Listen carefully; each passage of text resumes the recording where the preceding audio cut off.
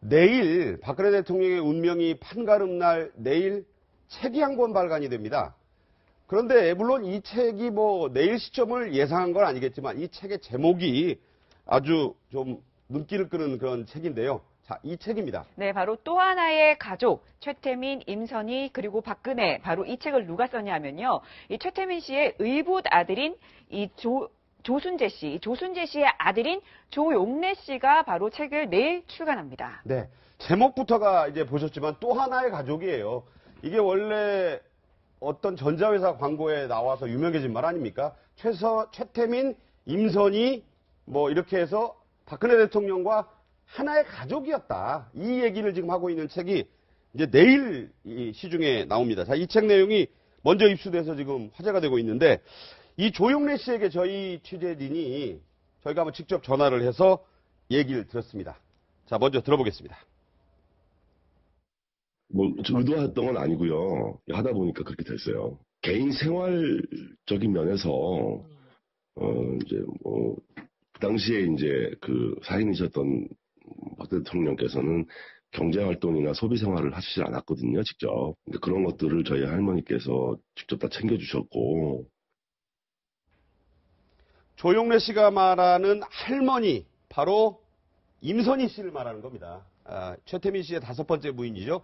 뭐 이 가계도는 뭐 지난달부터 많이 보셨던 거니까 굳이 크게 설명을 드리지 않습니다. 최태민 씨와 임선희 씨가 있는데 임선희 씨가 이제 전에 최태민 씨와 결혼하기 전에 조모 씨와 결혼을 했는데 그 조모 씨가 사고로 돌아가고 그래서 이제 최태민 씨와 재혼을 했는데 그때 결혼 전에 낳은 아들 조순재 씨 앞으로 또 얘기가 나오겠습니다만 그분의 아들입니다. 그러니까 최태민 씨로 보면 의붓 손자가 되고 임선희 씨로 보면 친손자가 되겠죠. 자, 이런 분인데 자, 이 책이 나온 것은 할아버지 때부터의 내용인데 희귀 사진이 지금 나오고 있어요. 네, 이 책에는 저런 사진이 나오고 있는데요. 보시면 저 꼬마가 바로 조용래 씨 책을 쓴 작가입니다. 그리고 임선희 씨, 바로 이 책을 쓴 작가의 할아버지죠. 처음 나온 거예요. 임선희 씨의 얼굴이. 네, 임선희 씨의 얼굴. 네, 지금 이렇게 양장을 입고 있는 모습을 흑백 사진으로 확인해 볼 수 있습니다. 그리고 최순천 씨의 젊은 시절 모습, 최순실 씨의 20대 때 모습이 지금 나오고 있는데, 자, 이게 이제 왜 이렇게 얘기가 됐느냐? 경제 공동체라든가 특검에서 말하던 뿌리가 이제 같다. 이 얘기를 하는 거예요. 이게 이제 2007년 당시 한나라당 대선 예비후보 경선에서 뜨거운 쟁점이 됐었죠. 돌아가 보겠습니다.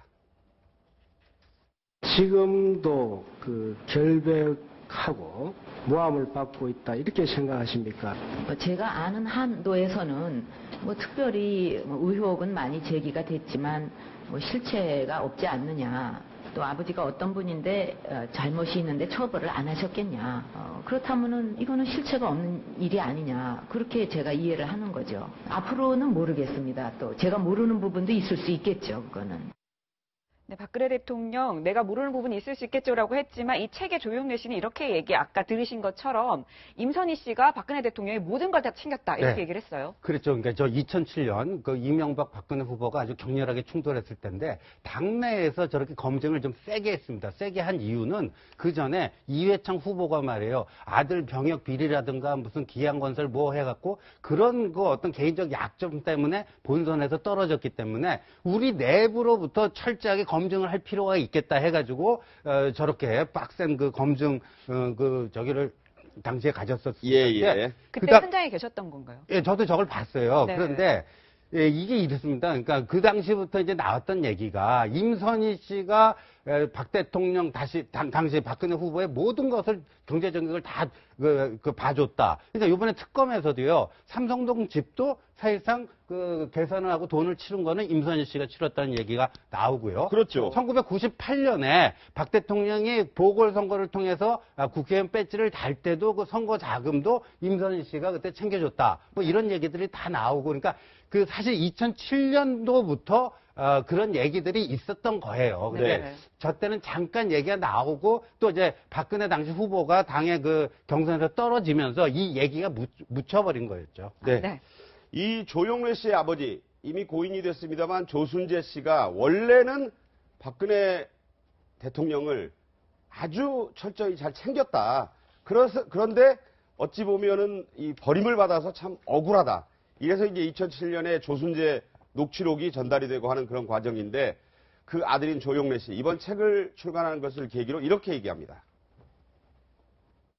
기본적으로 뭐 업무를 같이 오래 해줬으니까 오랫동안 업무를 하는 과정에서 지켜본 부분과 또 사실은 이제 저희 아버지께서 그 당시 2007년도 경선 당시에 이제 아버지를 모른다 얘기했던 부분 그리고 그냥 모른다는 거를 넘어서 이제 유족들도 모른다고 했다. 그 부분들이 결국 거짓말로 또 거짓말을 덮고 도저히 할 수 없는 거짓말을 그렇게 하는 거에 대해서 많이 힘들어하셨고요.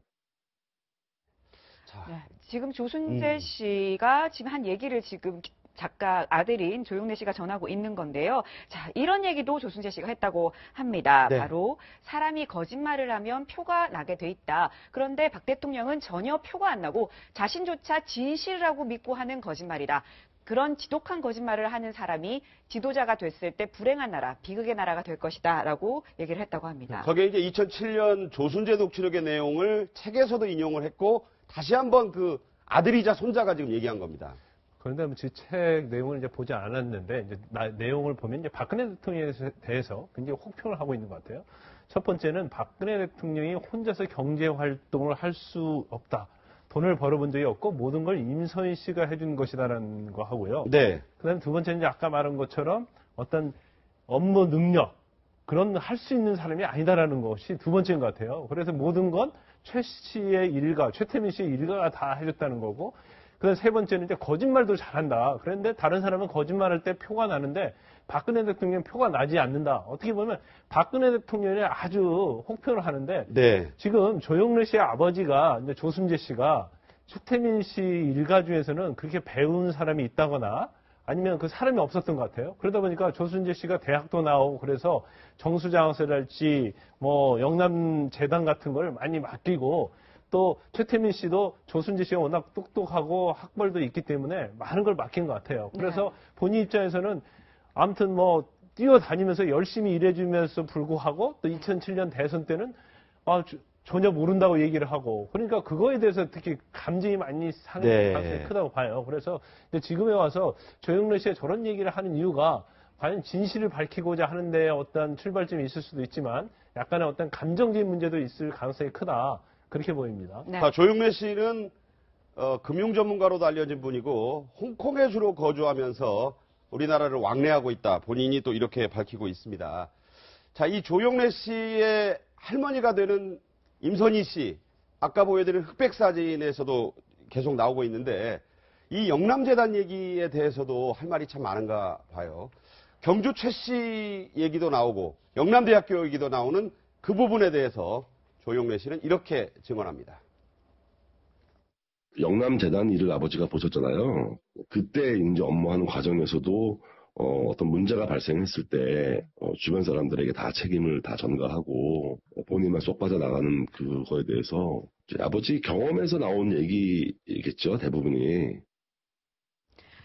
네, 지금 얘기를 들어보면 이런 얘기를 합니다. 주변 사람들에게 다 책임을 전가하고 본인만 쏙 빠져나가는 것에 대해서 아버지는 경험을 했다 이렇게 얘기를 해요. 결정적으로 2007년 경선 당시에 조순재를 모른다라고 하는 얘기 때문인데 사실상 최태민 씨가 임선희 씨랑 재혼하기 전에 임선희 씨가 다른 그러니까 재혼 전에 살았던 남편과 낳은 그 최태민 씨의 의붓자식 아니겠습니까? 따라서 최태민과 박정희 대통령 그리고 최순실과 박근혜 대통령의 관계를 본다면 그 모든 저게 이제 조순재 씨 모습입니다. 네네네. 지금 고인이 됐죠. 네. 예, 박근혜 대통령의 모든 그 안살림과 심지어는 대구 달성 보궐선거와 그 다음 선거에 출마할 때 자금까지도 젊은 시절에 이제 최태민 씨와 그 의붓아들 조순재 씨인데 네네. 굉장히 챙겼다 그래요. 그렇죠. 의붓아들이지만. 임선희 씨가 그걸 다 됐고 특히 조순재 씨는 의붓 아들임에도 불구하고 머리가 영특하고 어느 장관의 비서관까지 했던 경험이 있기 때문에 아마 영남대학의 실제 운영자인 영남투자종금에 이분이 전무를 하면서 사실상 박근혜 대통령으로부터 일가의 재산이 최태민으로 넘겨진 것에 자금 관리를 하지 않았냐고 할 정도의 핵심적 인물이기 때문에 네. 제가 볼 때는 박근혜 대통령이 조순재 씨를 모른다라고 있을 수가 없는 일인 것 같고요. 따라서 향후에 특검의 조사 등이 검찰로 넘겨갔는데 대통령과 최순실 씨 간의 경제 공동소의 문제를 입증할 수 있는 주요한 단서를 바로 조순재 씨 아들 조용래 씨가 증언할 수 있기 때문에 조용래 씨에 대한 검찰의 수사에 대해서 지켜봐야 될 것 같습니다. 그래서 이 책에만 나와 있는 것이 사실인지 아닌지에 대해서 검찰은 그 조사를 통해서 물적으로 입증을 한다면 아마도 경제 공동체 문제를 확인할 수 있지 않을까 생각이 듭니다. 네. 이제 좀 개인적인 얘기로 좀 들어가 보겠습니다. 조용래 씨는 그 아버지인 조순재 씨뿐만 아니라 본인의 어머니가 되시는 김경옥 씨에 대해서도 얘기를 하고 있는데요. 이 김경옥 씨는 간호사 출신이었다고 합니다. 그래서 이 비선진료 의혹이 한참인데 그 뿌리가 상당히 깊구나 이런 생각이 좀 들어요. 조용래 씨는 이런 부분의 이야기도 박근혜 대통령과 관련해서 하고 있습니다. 한번 들어보시죠. 그 시절에는 뭐 그렇게 이상한 풍경이 아니었어요. 진짜 가족처럼 아끼고 이렇게 좀 잘 돌봐드리고 그런 좋은 관계였던 것 같아요. 근데 이제 어머니 말씀에 의하면 뭐 보혈제 이런 것들인데 뭐 아미노산제제나 뭐 알부민 같은 것들 가끔 자주는 아니셨다 그래요. 근데 가끔 뭐 누구나 뭐 맞을 수 있는 거잖아요. 다만 이제 공식적인 병원이나 공식적인 활동을 하지 못하고 이렇게 이제 일부의 소수 인원하고만 이렇게 교류를 하는 생활을 하셨기 때문에 어떤 그런 면이 있지 않냐 이런 생각이 좀 들죠. 그때도 물론 간호사 출신이지만 민간인이잖아요. 네. 근데 이때는 뭐 비선은 아니겠죠. 이때는 뭐 예. 대통령 신분도 대통령은 아니고. 아니지만. 네. 그런데 이제 박근혜 대통령의 경우에는요, 청와대 생활을 하다가 청와대에 다 그 뭐 의무실이 있고 그러니까 뭔가 좀 몸에 이상이 생기면 거기서 다 치료를 받았을 텐데 청와대 나온 이후에도 그러면 일반 병원에 가서 이렇게 하기에는 아마도 그게 쉽지는 않았을 거예요. 그러니까 주변에 편한 사람 중에 마침 또 조순재 씨 부인이 네. 간호사다 보니까 뭐 영양제, 보혈제, 뭐 이런 것들 꽤 맞은 것 같아요. 근데 이런 거를 맞으려면 뭐 당시에도 무슨 이제 간호사가 일방적으로 놔줄 수는 없는 거 아니겠습니까? 처방전이 있어야지 될 그렇죠. 텐데 네. 그러면 당시에도 이게 뭐 의료법 위반이 아니었느냐 뭐 이렇게 얘기할 수는 있겠지만요. 네. 근데 뭐 당시 시대 상황으로 봐서는 흔히 있을 수 있는 얘기고 그러니까 이 얘기는 뭐냐면요.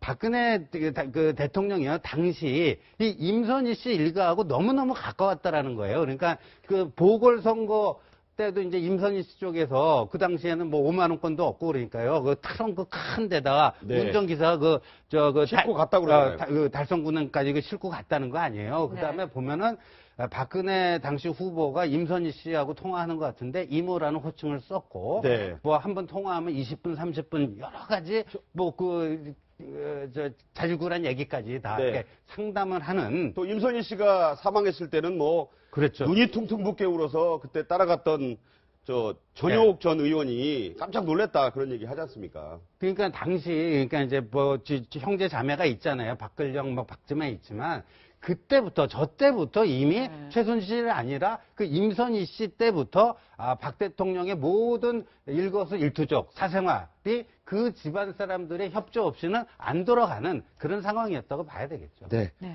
자, 1980년대에 최태민 씨, 그러니까 임선희 씨의 남편이고 이 모든 게이트의 뿌리로 알려지고 있는 이 최태민 씨가 젊은 시기에 박근혜 대통령과 사저의 골방에 들어가서 장시간 같이 있었다. 뭐 종교적인 얘기도 많이 나오고 여러 가지 비의적인 얘기가 많이 나오는데 이에 대해서 조용래 씨는 이렇게 말하고 있습니다. 근데 그게 뭐 종교적인 어떤 그 일체성이랄까 종교적인 어떤 신념이 있으셨던 거는 확실한 것 같고요. 예, 그래서 그런 어떤 맥락에서 이해를 사실은 하죠. 뭐 저희 어머니도 그런 그 이제 권유를 받으시고 어디 또 그런 최태민 그- 씨부터요? 네네 그런 뭐 주문도 외워보시고 저희 그러니까 그 당시에는 그렇게 이상한 풍경이 아니었던 거죠. 예. 그리고 그 종교적인 신념이라는 게 어떤 계기로 생기든 그 종교적인 활동이잖아요. 자기 어제 뭐 그게 그렇게 이상한 건 아니었던 것 같아요. 그 당시에는. 당시 상황에서는. 그 이제 한간에 말이 참 많았잖아요. 네. 골방에 대해서 여러 가지 얘기가 있었는데 그 종교적인 부분에 대해서 얘기를 했군요.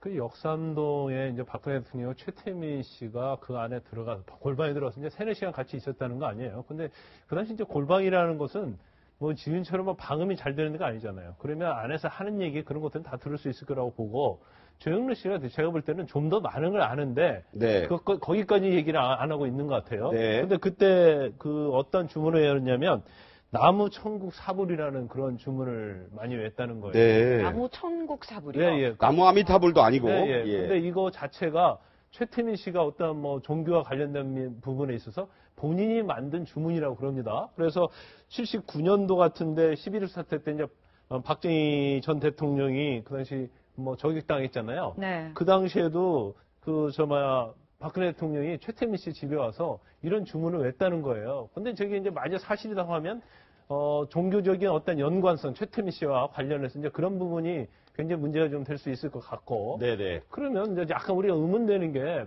골방에 같이 있었으면 임선희 씨가 그 당시에 최태민 씨 부인이지 않습니까? 그럼 임선희 씨는 과연 무엇을 하고 있었고 그거에 대해서 이제 어떻게 생각했을까? 그런 부분이 굉장히 좀 의아스러울 수 있죠. 그런데 아까 조영래 씨가 얘기하다시피 이제 그런 부분은 이제 종교적인 부분이기 때문에 그 당시는 이해할 수 있는 부분이었다 이렇게 말을 하고 있는데 뭐 또 다른 내막이 있지 않나 이제 그런 좀 의혹은 좀 있다고 봐요. 조순재 녹취록에는 뭐 그때 이제 밥을 갖다 놓으면은 뭐 밥만 가지고 들어갔고 어머니, 할마씨라고 표현을 하는 대목이 나와요. 자기 어머니를. 어머니인들 왜 뭐 가슴앓이를 안 했겠느냐 이런 얘기 나오는데 저 책에는 그런 내용까지는 안 나오고 있습니다. 네, 또 이 조 씨 같은 경우에는 다른 방송에서 인터뷰를 한 내용을 보면 이런 말을 했어요. 이 박근혜 대통령이 11.6 사태 직후에 네. 넋이 나가서 네. 벌벌 떨고 있었다. 그래서 이 최태민 집에 와서 나무 천국 사불이라고 주문을 반복을 했다. 네. 이렇게 얘기를 했거든요. 그러니까 이제 그 11.6 이후에 박근혜 대통령의 당시 그 정신적 상태가 어땠는지는 지금 얘기하는 거 저게 전혀 저는 과장이 아닐 수 있다고 보고 아니 뭐 보통 사람들 같아도 다 그렇게 되지 않겠습니까? 네. 그럼 어떤 일종의 그 패닉 상태인데 그 정신적 패닉 상태를 누군가가 그 치유해 줄 수 있는 그런 역할을 이제 최태민 씨가 한 거고 그러니까 이제 11.6 이전과 11.6 이후로 이렇게 나눠 보면요 11.6 이전부터 이제 박근혜 대통령과 최태민 씨의 관계는 형성이 되었지만 네. 11.6 이후에 그러한 어떤 박근혜 대통령의 그 정신적 패닉이나 이런 것들을 치유해주는 과정에서 네. 더욱더 가까운 관계로 그 발전을 했다 이렇게 봐야 될 것 같습니다. 네, 이 책에 보면은 조순재 씨, 그러니까 조영래 씨의 아버지가 박 대통령은 시키면 시키는 대로 하는 꼭두각시다. 물론 이런 주장을 했다는 겁니다. 그런 내용과 함께 조영래 씨는 작금의 사태와 과거를 이렇게 비교하면서 이 책을 낸 이유를 설명하고 있습니다. 들어보시죠. 그 시대와 이 시대가 별로 달라진 게 없다는 거고요. 그 시대의 부정부패가 지금 그대로 유지된 거를 넘어서 더 세련되고 더 교묘한 방법으로 진화를 했다는 데 문제가 있는 거거든요. 네. 어떻게 보십니까?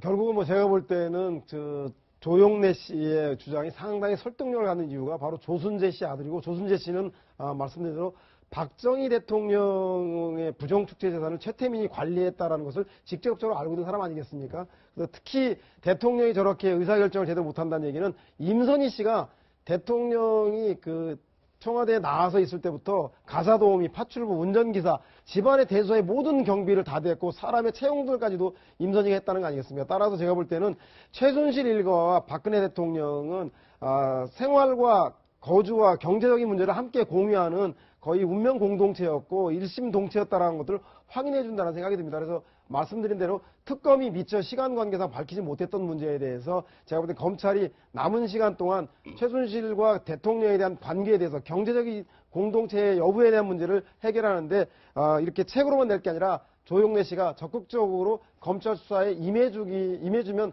실체적 진실을 밝히는데 많은 도움이 될 거라는 생각이 듭니다. 네.